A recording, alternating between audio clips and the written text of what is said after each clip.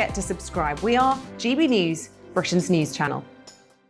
Every night at 11 on GB News, we bring you the next day's stories the day before. It's basically like time travel. If it's a big story, we'll cover it, guaranteed. But we'll also have some fun along the way.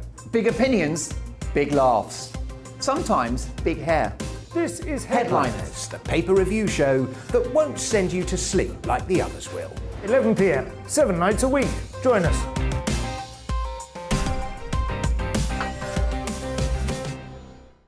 Hello there, I'm Eamon Holmes. And I'm Isabel Webster. And we hope you can join us for Breakfast with Eamon. And Isabel. You make me laugh out loud, belly laugh. Is that important first thing in the morning? Yeah, absolutely. And there's me trying to be deadly serious. News is a serious business. Yeah, I have to rein you in sometimes. Well, it doesn't stop us laughing at it. It doesn't stop us having an opinion on what's going on. Yeah. And it certainly will not stop us reflecting what you think. Weekdays from 6 to 9:30 on GB News. I'm Dan Wootton. Join me Monday to Thursday from 9 to 11 for the feistiest and most fun news debate on TV, where free speech reigns. I'll bring you a sharp take on the day's biggest stories, bombshell newsmaker interviews, and A-list guests. And I guarantee you, no spin, no bias, no censorship, and no reason to go to bed. That's Dan Wootton tonight, Monday to Thursdays from 9 on GB News.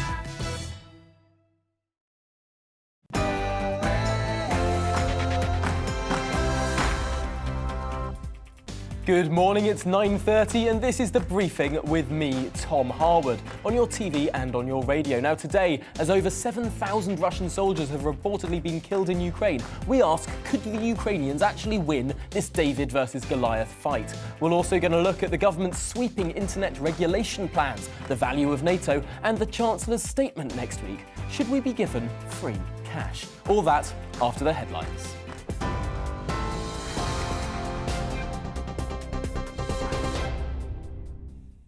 Good morning, it's 9:30. I'm Tamsin Roberts in the GB newsroom. The British-Iranian charity worker Nazanin Zaghari-Ratcliffe has finally been reunited with her family in the UK. The emotional reunion came after the 43-year-old was released from detention in Iran, where she'd been held for 6 years. Fellow British-Iranian Anousheh Ashuri was also released after being detained in the country for nearly 5 years. Foreign Secretary Liz Truss says it's fantastic to see them safely back in Britain after so many years. It's been a really difficult 48 hours, the expectation that they would be released, but we weren't sure and right until the last minute. So it's been very emotional, but also a really happy moment for the families. And I'm pleased to say that both Nazanin and Anousheh are in good spirits and they're safe and well back here in Britain. Ukrainian authorities say survivors are emerging after a Russian airstrike hit a theatre sheltering hundreds of civilians. The mayor of Mariupol has said the bomb shelter in the building withstood the shelling, but the number of casualties remains unclear. President Volodymyr Zelensky has accused Moscow of intentionally targeting the theatre. A satellite image before the strike appeared to show the word children written in Russian on the pavement. The details of the attack have not been independently verified. Moscow has denied its involvement in the shelling. Vladimir Putin has called President Joe Biden's comments unforgivable after he was labelled a war criminal. The White House press secretary says the US leader was speaking from the heart. But Russia's Security Council says America is stoking what they call Russophobia. President Putin has called for a self-purification of Russia to rid his country of anyone who questions the invasion. Government proposals for new internet safety laws are being introduced to Parliament today after a number of major updates. The online safety bill has been 5 years in the making. The legislation will force social media platforms to prevent users from seeing harmful content. Regulators will also have the power to fine companies or block access to sites that fail to comply. TV, online and DAB+ radio, this is GB News. Now it's back to the briefing with Tom Harwood.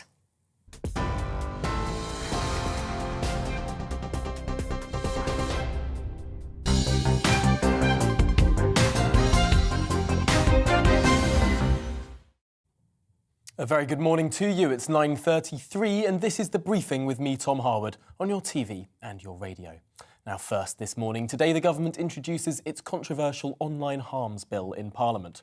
Proponents believe a much more regulated internet will be safer for people, whilst opponents fear it will stifle entrepreneurialism, free speech and drive people to use VPNs and the dark web, as they do in countries already with widespread government control of the internet, like Russia and China. Well, I'm delighted to say that joining me now to talk through this bill is someone who's been looking at it very carefully for a number of years. Matthew Lesh is the head of public policy at the Institute of Economic Affairs. Welcome to the programme. First of all, let's go through some of the main facets of this bill. How will this change how we use the internet? So the basic concept of the bill is that the government is going to impose a so-called duty of care on tech companies. Now, that in itself is meaningless, but they're then going to require them to take very swift action against any content which they have a reasonable likelihood to believe is harmful, or also certain categories of legal but harmful speech. So that's extremely dangerous. The central risk here is that the government will be encouraging companies under the threat of up to 10% of global revenue fines to become quite censorious with their speech. There's also another of other interesting elements of this bill. They're going to require porn blocking unless you enter your driver's license or credit card or potentially even a passport. At the same time, they're going to potentially require companies, in order to access the adult version of, let's say, YouTube, you might have to prove your age as well in order to ensure that children are shown the right types of content. They're also going to be able to require companies to put in place certain technologies to monitor the speech on their platforms. Ofcom will be able to instruct them about the kind of technologies they can use. And there's also, we expect to be in this bill, although we haven't seen the final details, is an updating of the communications offence to create a new harms-based offence where the government will be outlawing speech that could potentially have a psychological harm on other people. So there's an extremely broad range of new parts of this bill. It's quite complex and messy and contradictory. It's an enormous bill. I'm interested in some of these issues that you've raised there. Firstly, the age verification. Suddenly we will, if this bill goes ahead as it is written, we will have to, on any website that might have adult content on it, whether that be films that are rated, I don't know, 15 plus or whatever, we're going to have to put in our credit card details to websites that we may or may not trust in order to access that material. Yeah, as you know, Tom, this has been done before. The government tried to put in place the porn laws a few years ago. They ended up cancelling them and reversing the legislation or not going ahead with the implementation legislation, which was first done in 2015 because it was so inoperable and it raised so many core privacy threats. The very notion that in order to access adult material, particularly pornographic material, you're going to have to identify yourself to the site. Now, that is risking creating a massive honeypot, a huge risk of a database that links people's adult viewing habits to their identity. It's going to encourage people, of course, to use VPNs and to try to get around it. It could lead to blocking on scale overseas websites that choose not to comply with the UK's quite authoritarian rules. There's a bunch of elements here where it's quite interesting. Now, the other element of this as well, and we don't exactly know how this is going to come out in practice, and the government's been very vague about this.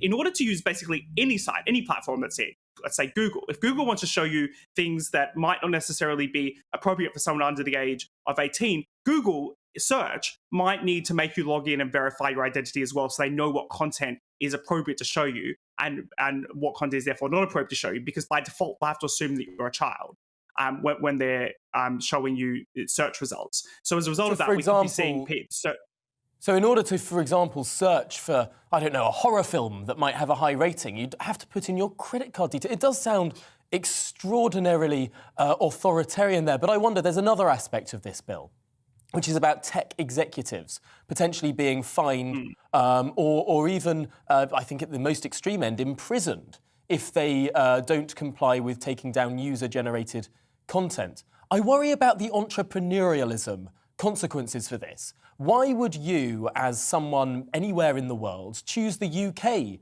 to start a business that involves any sort of user-generated content that you'll have to constantly be screening for, looking for? Some stuff might get through the net and then you'd be liable. You might go to prison if you formed the next Twitter or the next Facebook in the UK, something that had user-generated content.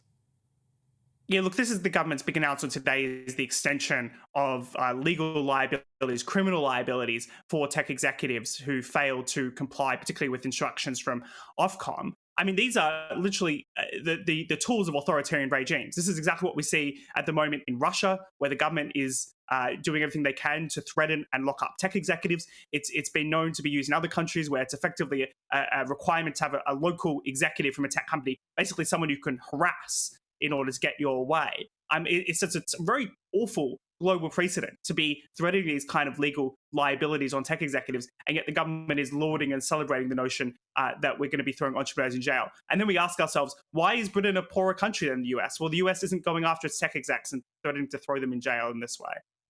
That is extraordinary. Finally, and we've unfortunately only got 30 seconds left, but who gets to define what is legal but harmful? Some things that are going to be banned that are legal, but somehow the government decrees to be harmful? Well, this is a big announcement today. Is apparently Parliament will have some level of decision making in this process. It'll have to be laid in secondary legislation. We don't know what the accountability mechanisms will be. There, a lot of secondary legislation is laid before Parliament and then is just automatically in law in 40 days. So we don't know whether basically the Secretary of State will have the power to designate, let's say, misinformation or gender critical feminism or whatever it may be as a form of legal but harmful speech, and therefore require tech companies to remove it. It's extraordinary. This is such an important piece of legislation. I don't think many people quite appreciate how much this may change our lives, given how much of our lives are now lived through the internet. It's got extraordinarily huge consequences. Of course, there are some noble things it attempts to do. How well it will do them, I think, is a very serious question. For now, Matthew Lesh of the IEA, thank you very much for joining us here on The Briefing to talk through those issues. Now, earlier this week, Ukrainian President Zelensky declared that his country will not join NATO as it continues to suffer a brutal onslaught from Putin's forces. This is a significant step. Some fear it is bending to the whim of Putin. Back in 2008, Ukraine first applied to begin a NATO membership action plan, applied to join that organisation. The question is, had Ukraine joined that defensive alliance back then, back in 2008, would Putin have dared to invade years later? Well, who better to talk through this now than NATO's former head of policy planning, Fabrice Pouthier. Thank you very much for joining us here on The Briefing this morning. First of all, your reaction to President Zelensky's announcement this week that his country is now no longer seeking NATO membership. Well, I think it was to be expected, and he's basically giving away to Putin something that he knows he was never going to get, or at least within a reasonable time frame. Not only because the French and the Germans have been opposing a NATO membership for Ukraine since 2008, but also because the US administration is not in favor. So in a way, he's making a compromise on something that he was not going to get. And I think it's quite smart negotiation, and hopefully it gets him to be able to not have to make concession on things that are going to be much more difficult, especially the territorial question of how much Putin wants to keep of the territories that they are occupying right now. Now, in the West, NATO is seen as a defensive alliance, the core principle of which is that an attack on one is an attack on all. This is about collective defence. But some people don't see it as that. President Putin sees it as some sort of expansionary, offensive alliance. How does he see it like that? What is his train of thought there as to why he sees NATO as something that's more of a threat than a defence? I think it is very convenient for him to see and present NATO as a threat and to present Russia as encircled by NATO and the West. Whilst actually, if you look at the past, let's say 20 years, it's the other way around, where Russia actually, Putin's Russia has been expanding in a way that obviously is deeply problematic by breaking international law, occupying neighbors' territories and waging war. But I think it serves this kind of wicked vision of the world where Russia is under attack, therefore Russia has to replicate and to kind of respond with basically strong means.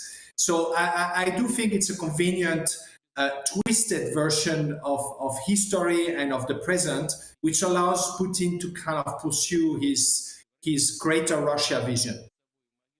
It's interesting because, of course, it seems that the big driving force here of the NATO's expansion eastwards has been the countries that have felt under threat, countries that genuinely fear for their sovereignty, for their territorial integrity. And yet, some of these countries in the 1990s signed up to various agreements suggesting that NATO wouldn't expand.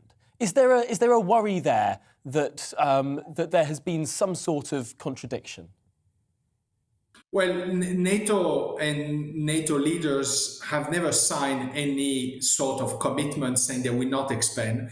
That's another construct coming from the Kremlin, that there was allegedly this promise made by the US administration at the time in the early 90s that there will not be a NATO expansion. That's actually been even contradicted by ex-Russian diplomats who were there in those negotiations, and never such a commitment was made. That's one important thing to correct. Second, fundamentally, it's not the NATO expansion, it's the expansion of the free world, where some countries were, as you might remember, in the early 90s, liberated from the autocratic system of the Soviet Union, which collapsed. And those countries were obviously eager to regain first their sovereignty and to rebuild themselves as democracies.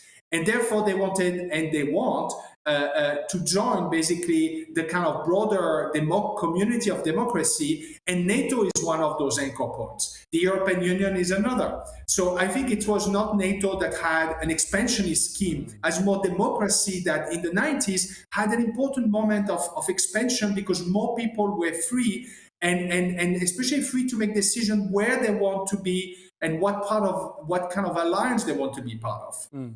Oh, absolutely. I'm very glad that you made that correction there, because some of these memes about expansionism or about NATO as some sort of US puppet have been circling online and have fallen into political discussion, particularly in some fringe political movements in the UK and elsewhere. I wonder now, though, looking at how people can see the very real present threat of security in this part of the world comes from Russia. Perhaps the moral equation of NATO and Russia can be dropped by many people. Clearly, Russia is the aggressor here. Do you think that countries like Sweden, countries like Finland, may now be moving much closer to joining this alliance? I think clearly Finland is really on the threshold of joining the alliance. I think that the political stars are aligned in Helsinki for that. The public opinion is in favor, the governing parties also. So I think it's just a question of when and not if. Sweden is more complicated because sadly the current Swedish Prime Minister has taken a pretty critical stance on the perspective of the NATO membership. But I think it falls on her to really face to her responsibility. What about when Sweden will be the last Scandinavian country not to be part of the NATO alliance? I think from a strategic political point of view, this is not really where you want to be, on your own, outside the tent. Even if Sweden has a very close partnership with NATO, has a very close bilateral relationship with the United States, it does not kind of change the fact that if you are in the tent, in the NATO, in the planning, in the exercise, you have much stronger guarantees than if you're outside.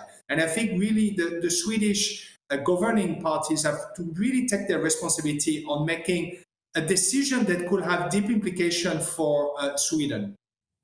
It's a fascinating issue. It will be fascinating to watch what happens within Sweden and perhaps Finland in pretty short order. But for now, Fabrice Pothier, thank you very much for joining us here on the briefing and talking through those issues there. Now, the Chancellor sets out his spring statement next week. Within it are expected to be measures to deal with the growing cost of living crisis, a crisis born of the pandemic and exacerbated by this war. But what should be done? Well, joining me now is Dan Pryor, Head of Research at the Adam Smith Institute. Welcome to the programme. Now, I saw that yesterday you wrote about abolishing the factory tax, as you call it, when asked about this, but also a website that asked a number of think tanks, the Adam Smith Institute included, had a response from the Social Market Foundation think tank, which said, quote, to not overcomplicate the cost of living response, just give people cash. And you tweeted that you agreed with that as well. Why is that?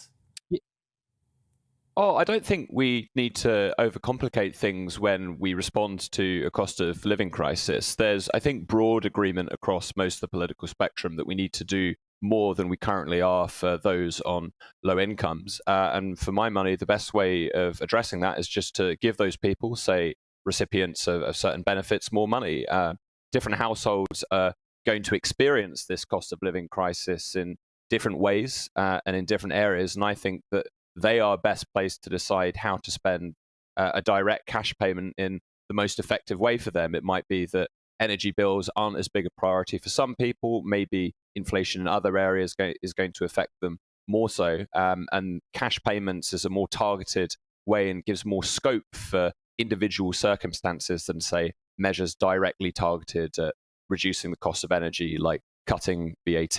And you could do this in a few different ways. You could do it by uprating universal credit by a larger amount, say 5 percentage points. But I think the government is clearly concerned, given previous pushback against the removal of the £20 a week uplift, that doing this through the existing benefit system would be quite difficult to reverse and politically a bit of a minefield. And so in your view, it should be a temporary measure, what happens now, given that we're responding to temporary issues. It does raise an eyebrow slightly that a free market think tank, a neoliberal think tank such as the Adam Smith Institute, might be suggesting that greater benefits or more printed cash should be given to people. Because, of course, isn't there a risk that in itself would be inflationary? Giving people free money to respond to the likely double-digit inflation we may well be experiencing next year, well, that could well push inflation higher still. Yeah, there's certainly an inflationary risk here, and I think the best way to mitigate that is, rather than having it all being given out as one lump sum cash payment, is doing it over the course of a year and varying that amount depending on what inflation may be. But broadly speaking, I don't think people should be surprised that people on the centre-right, a free market think tank, are comfortable, at least in theory, with redistribution and helping out people on low incomes during a cost of living crisis. There's nothing in the kind of free market playbook that I think is opposed to helping people on low incomes through redistribution in general. It's just that we want to make sure it's done in the most efficient way and that we raise that money in a way that doesn't damage economic growth or at least doesn't hamper the economy as much as possible. And markets are very, very good at creating wealth for everyone. In the long run, everyone benefits, but in the short term, sometimes it makes sense to redistribute to cushion people from these sort of external factors that are causing the cost of living crisis. Now, it doesn't stop there for me. It's not just redistribution that I think would be important in the spring statement. There's obviously a lot of things that the Chancellor could be doing on tax as well, the obvious delay to national insurance hikes, but also some of these tax threshold stealth tax freezes that we saw last April. I think there should be movement on that, especially on the personal allowance for income tax.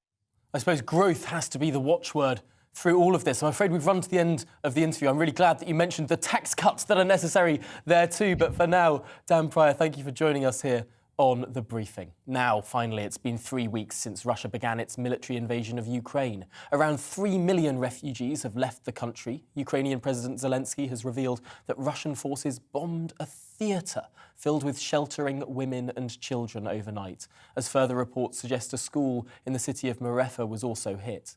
Yet, conservative US intelligence suggests that more than 7,000 Russian troops have been killed in less than 3 weeks of fighting. That's twice the number of the coalition forces killed in 20 years of fighting in Afghanistan. The Ministry of Defence has also, meanwhile, released a report claiming that their Russian invasion is stalling on all fronts. So with those two facts, could the plucky Ukrainian David actually beat the Russian Goliath? Let's talk through it now with Lord Richard Dannett, former head of the British Army. Welcome to the programme. We're seeing a Ukrainian resistance currently that many people would not have expected even 3 weeks ago. Is there a chance that the Ukrainians could win? Tom, I think concepts of winning and losing aren't right as far as this is concerned. what is undoubtedly true is that the Ukrainian resistance, the Ukrainian defense, has been spirited, determined, and has had a huge detrimental effect to the Russian plans. They had something of a strategy 3 weeks ago when they started this, a rapid thrust down from Belarus towards Kyiv, an advance west from the Donbass regions, and then to capture the southern coastline. Well, it's not gone according to plan, it's not gone according to timescale, and that has been almost entirely down to the determined resistance and opposition of the Ukrainian forces, which have been built up progressively over the last 5 or 10 years by NATO friends and allies, and also in recent weeks, supplying them with additional ammunition and weaponry. And as you have just reported, and I think it's probably about the right sort of figure, around about 7,000 Russian troops may well have been killed. An appalling number, which undoubtedly Vladimir Putin will want to try and keep very close to his own chest. It's so high. It seems extraordinarily high. 7,000, twice as many, as I mentioned earlier, as the coalition forces in Afghanistan across 2 decades. 3 weeks, 7,000 Russians. Why on earth is that? Well, I think there are several reasons for it. One is we probably mistakenly thought that the combat capability of the Russian army was greater than it was. We also know that the briefing of the Russian soldiers, particularly the young conscripts, was such that they were told that they were going to go into Ukraine, would probably be greeted as liberators and peacekeepers, and they were not psychologically prepared to face a determined enemy, the Ukrainians, who were going to resist them. And we saw for many days that extraordinarily long column that appeared to be stuck on the route between Belarus and Kyiv, an absolute sitting target that progressively has been attacked and written down by Ukrainian aircraft and Ukrainian shelling. So it's actually unsurprising that the casualty figure amongst the Russians is as high as it is. But where is this all taking us, I think, is really the important thing. As I think I said at the start of our conversation, concepts of winning and losing aren't the right ones to apply here. What needs to happen is for the parties, and in this case, Putin himself, to realize that he's not going to achieve a victory. He's certainly not going to achieve a quick victory. And he needs to salvage something from this. And the way he'll salvage that is getting around the negotiating table and talking seriously to the Ukrainians. And the Ukrainians are going to have to accept that they're going to have to make some concessions too. Yeah, it's a concerning picture because we don't want war to be seen to pay, but I suppose negotiations do have to happen. Just finally, we're running to the end of the programme now, but I can't let you go without talking about Iran. Nazanin Zaghari-Ratcliffe, of course, back in the UK today. This is all to do with some sort of, some people say ransom payment, some people say debt that the United Kingdom owed to Iran. Should we have paid it? Well, I think this is a very good question, and it goes back to 1979 when we were selling tanks to the Shah's Iran. This was before the Islamic Revolution. And I think there's a big question to be asked. Why have we dragged our feet for not paying that £400 million bill to the Iranians? And if that was the reason that kept this poor woman in prison for 6 years, well, big questions have got to be asked. She has been, on the face of it, a political pawn when we probably could have resolved this some time ago. So there may be smiles in the Foreign Office today, but I think there are officials going back many years who need to search their consciences and ask themselves the question, should we not have paid that bill? Was it not a legitimate bill? And should we not have settled it decades ago? And I think this poor woman has probably copped the lot as far as that's concerned, and that's not good diplomacy. General Lord Dannatt, thank you very much for your analysis there on those two very important issues. We are at the end of the programme now, but thank you for your time. Coming up, it's To The Point with Patrick and Nana. But first is the weather. Hi there, I'm Aidan McGiven from the Met Office. A chilly start for most of us this morning, but a bright one. And actually today promises plenty of dry weather with sunny spells. A real contrast compared to yesterday. That's because yesterday's weather fronts are now moving away and in their place a ridge of high pressure building in. But a couple of other features are approaching the northwest. They'll bring some showery rain into Western Scotland, Northern Ireland during the morning, and then that showery rain crossing the rest of Scotland and perhaps giving a few showers as well for Northern England and North Wales. Away from that, after a chilly start, much of the rest of England and Wales stays dry and bright. Wall-to-wall sunshine in places and temperatures rising as a result. 15-16 Celsius in the southeast, 13-14 in the southwest. Feeling colder further north, 9 to 12 degrees for Scotland and Northern Ireland, and increasingly cold actually for the northwest of Scotland, with those showers during the evening falling as snow over the hills above 100 metres, sleet and hail at lower levels, brisk breeze as well. But overnight the showers tend to push north, and widely we'll see dry weather across the UK by dawn tomorrow and clear skies. Not clear everywhere. There will be some cloud for Wales and Western England, and as a result, frost-free here. But where we've got the clear skies, a few fog patches and some frost first thing tomorrow. But tomorrow looks pretty good across the board. It looks like from the far north of Scotland to the far south of England, it's going to be staying dry. There'll be plenty of sunshine, just some fair weather cloud here and there, Northern Ireland, Southern Scotland, Northern England, the Midlands perhaps. So cloudier at times. But where we get the sunshine, 15-16 Celsius possible in the south, 13-14 further north. Saturday is looking even warmer. Could get 18 Celsius in the far northwest of Scotland. But it's going to be breezy in the south and the east, feeling cool in that breeze. More sunshine on Sunday.